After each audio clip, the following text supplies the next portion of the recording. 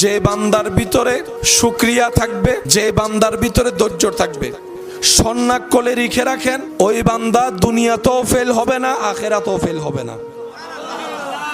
আল্লাহর সমস্ত নিয়ামতের ভান্ডার এই দুইটা দরজা দিয়ে দিয়ে নিতে হয়। একটার নাম ধৈর্য, আর একটার নাম শুকরিয়া। আর এই নিয়ামত আল্লাহ সবার জন্য রেখেছেন। আরো জোরে, একটার নাম ধৈর্য, আর একটার নাম। এবার সত্যি করে বলেন, এই দুইটা জিনিসের নিয়ামত কি আমাদের ভিতর আছে? আছে? আমরা শুকরিয়া করতে পারি? আমরা শুকরিয়া করতে পারি? সত্যি করে বলেন, আমরা কি অস্থির বেশি হই নাকি ধৈর্য বেশি ধরি?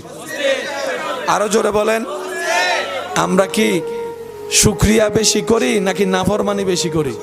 কেউ কষ্ট দিলে তার উপর প্রতিশোধ না নিয়ে ক্ষমা করে দেওয়ার জন্য ধৈর্যের দরকার।